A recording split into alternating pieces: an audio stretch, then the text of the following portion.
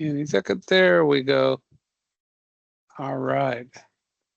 Okay, so good news. I'm getting the results back from the mock interviews. Got quite a few of them back actually yesterday. So those are coming in. I'll be going uh, through those, reading those, and adding those on to um, your assignments. So when that one comes up next week, what you'll see is you'll see an assignment for your mock interview. You don't actually have to put anything in there. But what you'll see is the grade that comes back. I just record the grade that comes back. I don't actually grade them. What I do though is I check to see that for any reason you just happen to get a very grumpy person that day. Uh, your scoring seems to be completely out of the norm for from anybody else. So I want to make sure that some of the things that we talked about, remember where we were talking about that first impression or things that you have no control over that for whatever reason, the interviewer may not have liked you for something you can control. I mentioned that I had somebody that would decide they didn't like you because of the type of shoes you wore, etc. So I do check that to make sure that there is nothing unusual about it.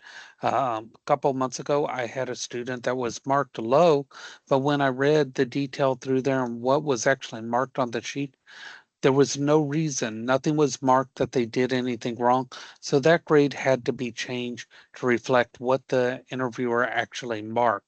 And so I did report that back. So I go through those. I make sure that everything that they said was done properly.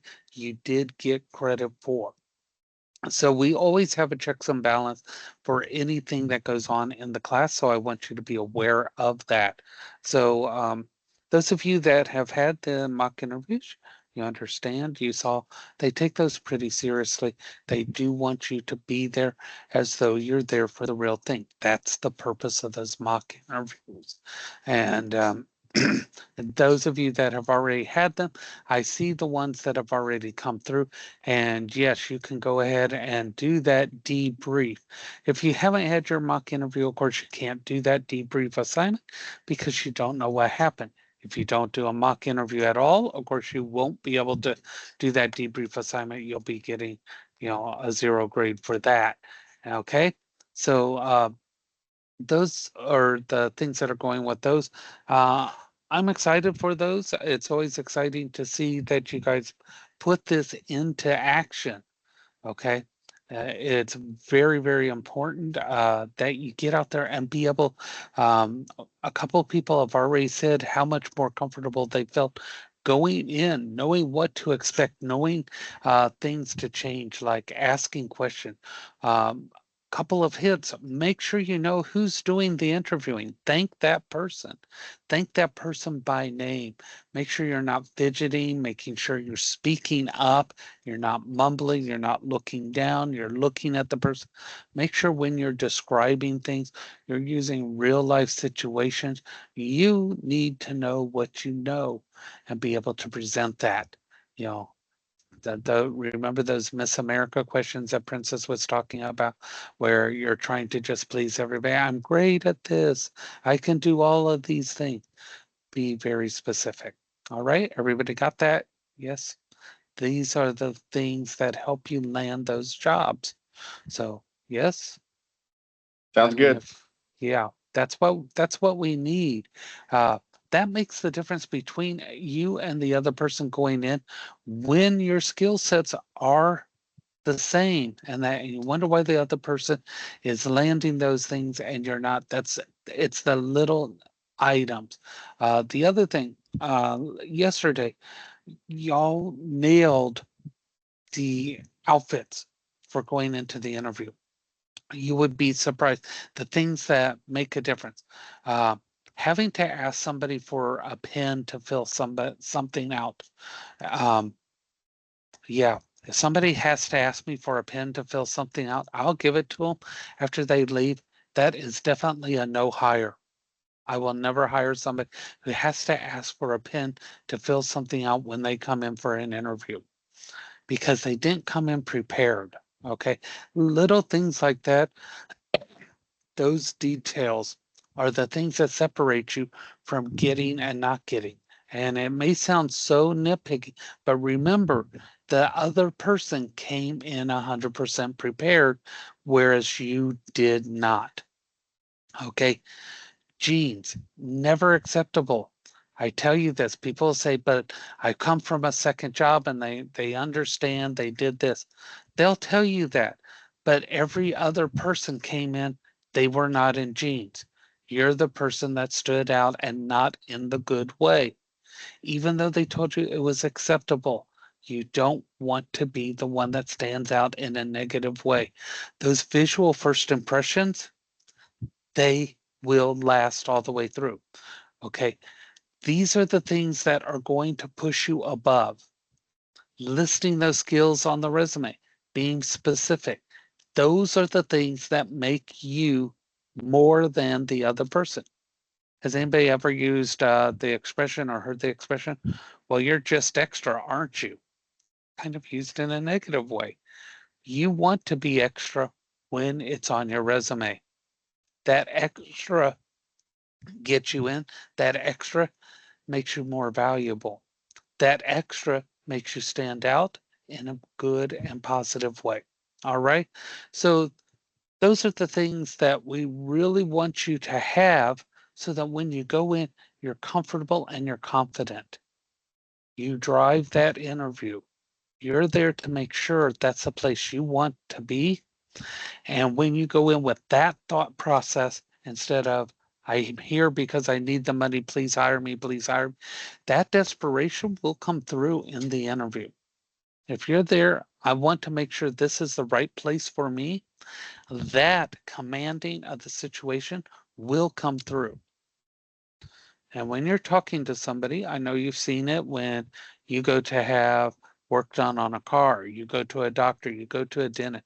If the person comes in and they command the situation and they show you they know what they're doing, you have confidence in them and makes you want to go back. You believe them, you have confidence in them. But if your doctor comes in and they said, I think we might need to do this, and they're looking everything up in a book and kind of looking at you and they're like holding it up, trying to compare you to that, I don't have confidence in that person. I don't think I want a doctor watching a YouTube video while they're trying to do surgery on me and going, oh, back it up. Oh, man, that wasn't what I was supposed to cut, was it? Same thing in every career, okay? And always put forth 100%. You don't want less than 100% from anybody else doing their thing, okay? Even going to McDonald's, they don't do 100% and they only give you the top bun, not the rest of your burger. And they go, that's close enough. I guarantee you, you're going to come in from that drive-thru and you're going to be less than happy, aren't you? You go to pick up your new car and there's no engine, and they go, oh, it was close enough. You got all the other parts. Same thing. No matter what your career is, close enough's not good enough. Keep putting that forward. Keep building your brand. Keep building your reputation. That's the professionals I see in front of me. All right. So here we go. Any questions before we start in? Everybody good? Yes, yes. All good, all good. All right. That's what I Okay. like to hear. So here we go. We're going to do our screen share. Boop, boop, boop. Look at that. Getting closer. Next Thursday, 10 o'clock. You will be finished. And so everybody's going to jump over that 65% hurdle. Actually, you know what hurts people the most in this class? It's not doing that daily participation. Okay. So right here on the syllabus, let me look in as a student here. Switch over. You as student. The syllabus here tells you exactly what goes on. Look at this, that participation, that's 15% of your grade in this class. People not turning that in, that daily thing, That's 15% of your grade in this class. That's killing some people. Not taking the time to do that daily. If you're not in the live class, watch that recording. I send the emails out. That's 15%. Your assignments are 25%. That final project that you're going to be, that you've already done part one on, part two, you're going to do those short-term goals. Your midterm, you already did that. That was 20%. Your final exam is 20%. Those are some heavy hitters. So please, keep up with those. All right. So the other thing, week 4, just so you know, that is going to open up on Friday. So those of you that like to work ahead, you want a little bit easier week. Week 4 is going to open up this Friday because this weekend is the last weekend of the class, meaning next weekend you won't have a Friday, Saturday, and Sunday to work on it because that Thursday at 10 o'clock, this class locks. You won't be able to get in, and anything that you are in, you will be booted out at 10 o'clock. You won't be able to email late assignments, ask for extensions, etc. 10 o'clock is the cutoff. I can't extend it. That's beyond any instructor's ability. At 10 o'clock, they start shutting down. We compile final grades for the course. Okay, so back to week 3 for us. Most people already named who they're going to interview this one for the supervisory thing. That's a little bit easier because you can name anybody in any field. Your discussions on your professional network this week, why it's so important. And people don't think about who exactly is in your professional network. This is anybody that supports you in your career or anything that is relatable to your professional growth. This includes any investments that you may do. So it might not be your career itself, but how you're growing it professionally, including investments into other jobs. So you might not only have where you're working, but you're investing in other businesses. So that's part of your professional network too. These are not just people you like to have fun with, but these are the people that know you on a business level and support what you're doing. So that's completely separate from just your social network. Now, some people will cross both, but that is the difference there. Building that online presence, that's where you're Googling yourself.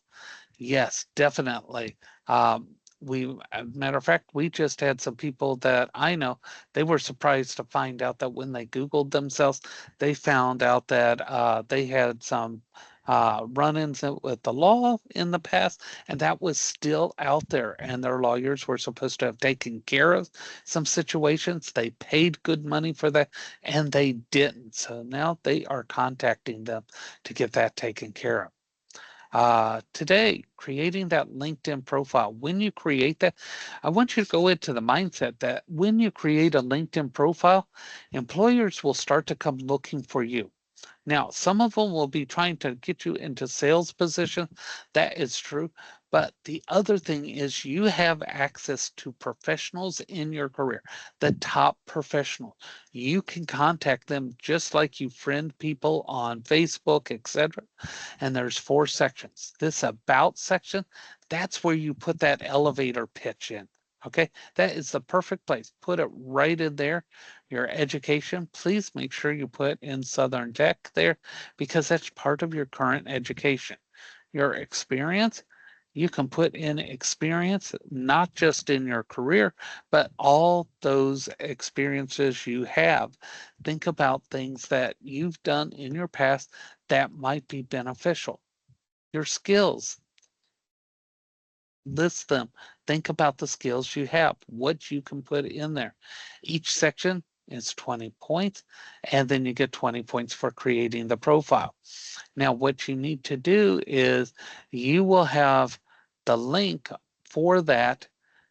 You're going to paste the web address, okay? So the web address is that thing right up here at the top there where my cursor is above thing. You're going to right click that and copy that. And then once you copy that, you can click Start Assignment. come into text entry and paste it. Okay, paste it right in there, and then I'll be able to go check it out. Okay, I need to be able to see your profile in order to give you the points. If you don't want to have your own information in it, you can put fake information, but you have to fill in the whole thing. Okay? And no, it does not cost to create a LinkedIn profile. I had a student tried to tell me that one time, and I showed him over and over, and he was kept trying to tell me that it was going to cost him. So he did not get a good score on that, to say the least. Okay, this mock interview debrief, as soon as you have completed your mock interview, you can put that in there and away you go. All right? Okay, so that gets you through there. If those of you who want to do part 2 of your career plan ahead of time, now you did those long-term goals in week 1. I told you to pull those out because what you're going to do is you're going to put short-term goals to go with it. Okay, so there is a template for this. If you click here, you will see the template. If you cannot download it and utilize it, then you can make a version of it as you type your response, but you need to follow this, okay? The reason being is you're going to be graded on it. There's our rules and instructions to follow, and part of it is utilizing this. See, the server's going to be moving slow for us today. Come on, come on.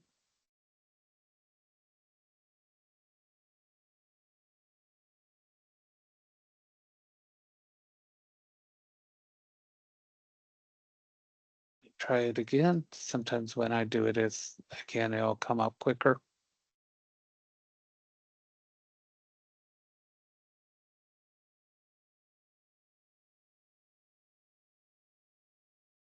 Go ahead and download it.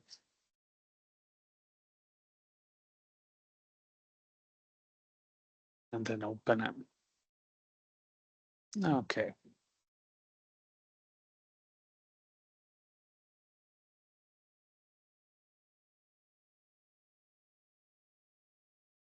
Make this bigger for you here. Okay, so basically what you're going to have is you're going to have your long-term goal listed here that you had from week 1, and then you're going to tell how you accomplish it. So some people said they want to be able to buy a house. Okay, so short-term goal is you're going to have to open a savings account or open an account. And so then when are you going to do this? My SMART goal is save up this much money by this date, then open up an account at TD Bank by such and such date, and deposit money in bank. Okay, so that's what it's going to take to be able to do this. You know, acquire a loan, dot, dot, dot. So you're going to list the goals that are going to help you reach this. Because when you put up there, I want to buy a house, that's a big goal. To achieve that, you break it down. Now, you don't have to have SMART goals and a ton of short goals for everything, but you need to break down that process. I want to be financially secure. Okay, what's going to allow you to be financially secure? Okay, I need to get a job in my career. Boom. Okay, I need to open a savings account. Boom. I need to start a 401k. Boom. Those are short-term goals. These are things that you can do.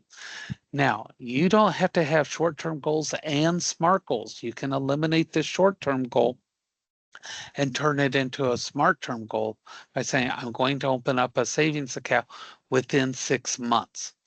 Boom. Now it's a SMART goal. The difference between that short-term goal and that SMART goal is you have set a timeline. It's a doable goal, but now it has a time parameter. Okay. Does everybody understand what you're doing in this process. You're going back to those long-term goals, and now you're breaking each long-term goal down so that you can do it. These dreams we have, they can seem like we can't reach them, but you can. Okay? It's the same way with any task you want. Okay? Um, I don't see, did I see Jenna on here? Hold on. Da, da, da. No, I don't see Jenna right here in the list. A good thing is like a vet assist wants to become a vet tech. Okay, I want to become a vet tech. Okay, what do you have to do? You have to enroll in another class. Okay, enroll in class within such and such month. Okay, that's a short-term goal. Pass the exam, boom. Do this, boom.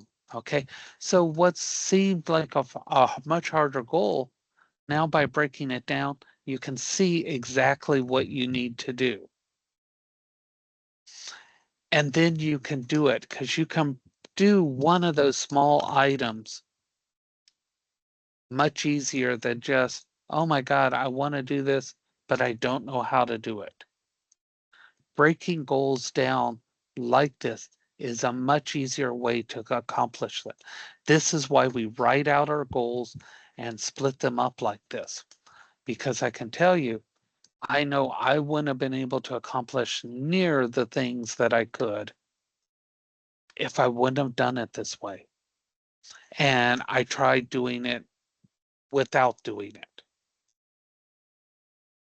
I want you to learn from my failures because I've done it the other way and I failed. And I'll admit I failed. And then when I tried it the other way, it made it easier. Visually seeing how to get there, having that roadmap does make it easier. And it may seem like more work at first, but it isn't. Do it one time and then follow your roadmap. All right. So today we're going to talk a little bit about that online presence, a little bit more. Because online's become such a heated topic. Everybody's going to steal everything. Everybody's bad. Uh, Twitter's good. Twitter's bad. Facebook's horrible. Everybody's this. Everybody's that. The truth is, everybody has an online presence of some sort, good, bad, or missing. Okay. So we're going to talk about how you can create and maintain a positive online presence, the importance of a professional email account, how LinkedIn can be used, how Twitter can be used, Instagram, and positive thinking. All right. So you need to first check it out. That's why we had you do that Google search. You need to check out your online presence, see what is out there, and you need to check to see what your privacy settings are. And that's why you do that search. See what people can see. Whoops. And that's very critical right there because they're going to search. I'm telling you right now, it's not if, it's they will. And even Princess told you, they're going to do it. It's one of the first things they do. So lock down your accounts so that they can't see. And you're leaving behind this. Everything you do, that digital footprint never goes away. You think you're getting rid of everything forever, but it comes back. Okay. It is out there, and with enough searching, they can find it. Okay. So always remember what's posted today could be a risk personally and professionally. Okay. So those cute memes can really hurt. I warn people, especially as tempers flared all through this election cycle. Those memes can hurt you. Even if the person doing the hiring was for your candidate, not even against your candidate, it could portray the company in a bad light and they may not hire you because of that. It may be indicative of bad tempers or being unfair to other employees, and that could be marked against you. Be careful what you're posting and who can see it and how it could impact your future. So we have to be very careful about these things. The other thing is professional email addresses. Okay. If you have the email address toohotforyou@gmail.com, not a good idea to be having people trying to reach you by email during the job search process. So I strongly recommend always having a separate email from your regular email that you use for job search. Number one, you're going to know when you have emails coming in. This is critical because you want to be able to respond back immediately. Okay, so I strongly recommend separate email just for job searching. Make sure you have a secure password, and I use signature blocks. Does anybody know what a signature block is? Has anybody ever seen one? No. Okay. So these are called signature blocks. Right here, you see the person's name, the position they are looking for, phone number, and their email address. You can go into your Gmail, you can go into Outlook, you can go into any email that you use. And then when you set this up under your signature, when you write your email, you click signature and boom, it puts this information in for your signature. You don't have to retype this every time. But you'll notice it puts in everything you need, your name, your position, your phone number, and your email address. And the reason is you want them to be able to reach you. It's very professional looking. Boom, it's at the bottom every time. You don't have to retype it. You create it once and you don't have to retype this. Okay. You can put in as much information. You can see it going across here. But look in Outlook, if you use that, there's this whole section on signature. Same thing with Gmail, etc. Create those once. Give yourself some flair. Now, networking. If you're not networking, you're not working, is what I tell people. It's talking with people and establishing relationships for career growth or opportunity. Either they're going to offer you jobs, you're asking them about jobs, or you're getting information. That's why we have you do those informational interviews. So you can find out what you need to know about your career or about management, about anything that's going to make you grow. Okay. And LinkedIn is a great place for that. It's a professional networking site. Okay. You're going to be meeting other professionals. Send them a link. I want to talk to you. I want to get information. This is the way you connect to the top people in your career field. How many people know who is at the top in your careers? Know who the top electricians are. Know who the top HVAC professionals are. Know who the top vets are. If you don't, you need to find out because the people you're working for, they know. You can reach these people on LinkedIn, follow them, see what they're telling you. It's free education, free, absolutely free. And we like that price point. We can afford free all day. Now, Twitter. I like how they still call it Twitter, even though it's been rebranded as X. Now, it's supposed to be news and social networking, and we know it's been blown all to pieces, okay? Its original intent is not OnlyFans, okay? I hate to break that to you folks. That is not its original intent. Its original intent is to follow job posts and people's ideas, stories, opinions, okay? Companies have their own official places on Twitter. That's what it's supposed to be for. And there are job postings out there. There's real legitimate people to follow out there, but you're going to have to wade through all the garbage. Okay.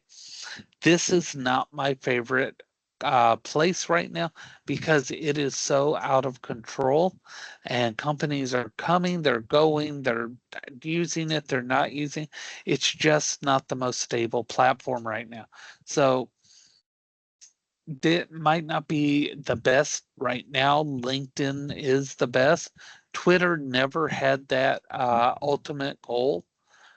We'll see what keeps happening with it. It's always changing. Instagram. Now, a lot of people don't think of using Instagram, but if you're a welder, you're an electrician, your HVAC, Instagram can help boost your business, especially if you're on your own, because you can show exactly what you have done. Now, if you're a welder and you're working on Disney or Universal, etc., no, be careful where you take pictures. You can be fired on the spot and or sued. Okay, be careful any place where you're taking pictures. If you are in the veterinary field and you are working with native wildlife, they have strict laws in Florida on how you can photograph injured wildlife and posting of it. There are certain places and phases in rehab of those animals that you are not allowed to publish, and you can be fined yourself. So be careful with native wildlife.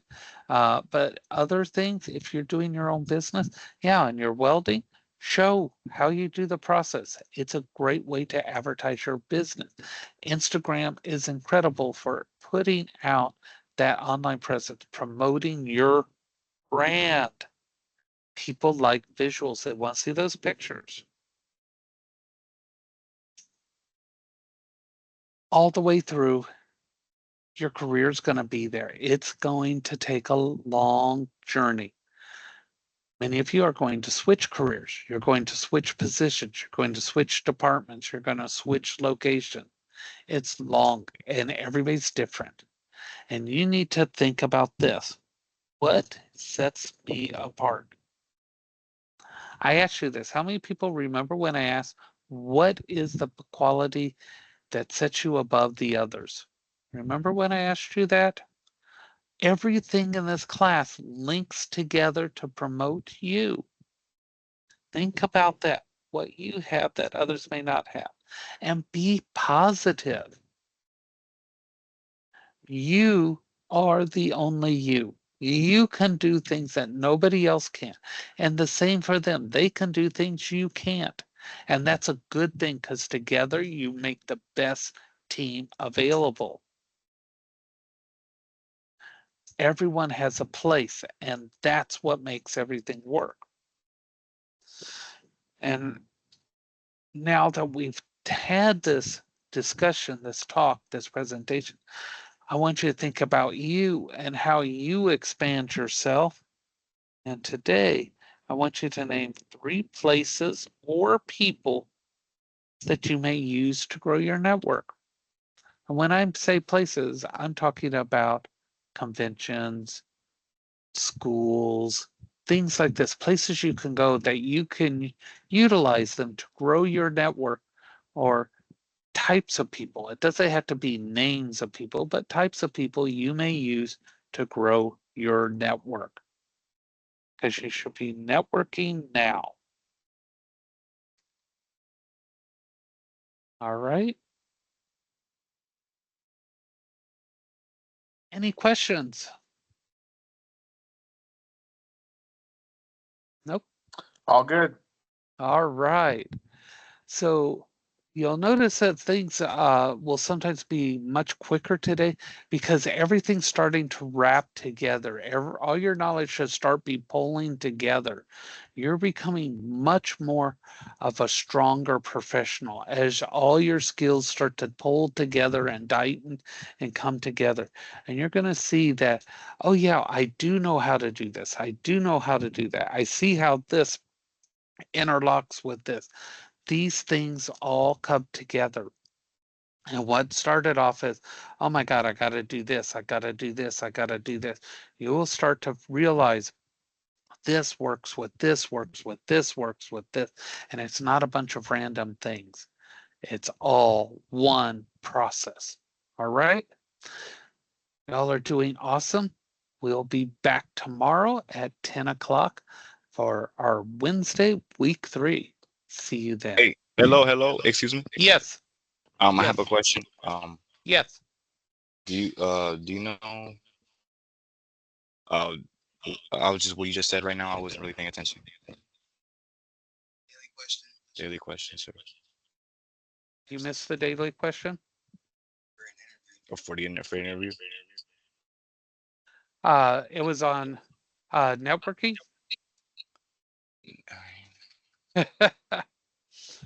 Hold on. He wants you to repeat the daily question. Yes, hold on.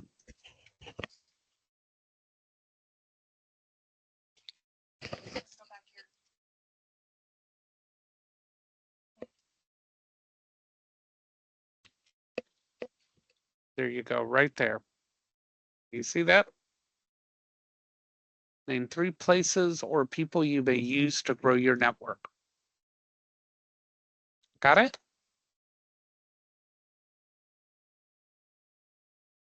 Did you get that? Yes, sir. Okay. All right. Any other questions? All good. All right. We'll see you tomorrow, 10 o'clock.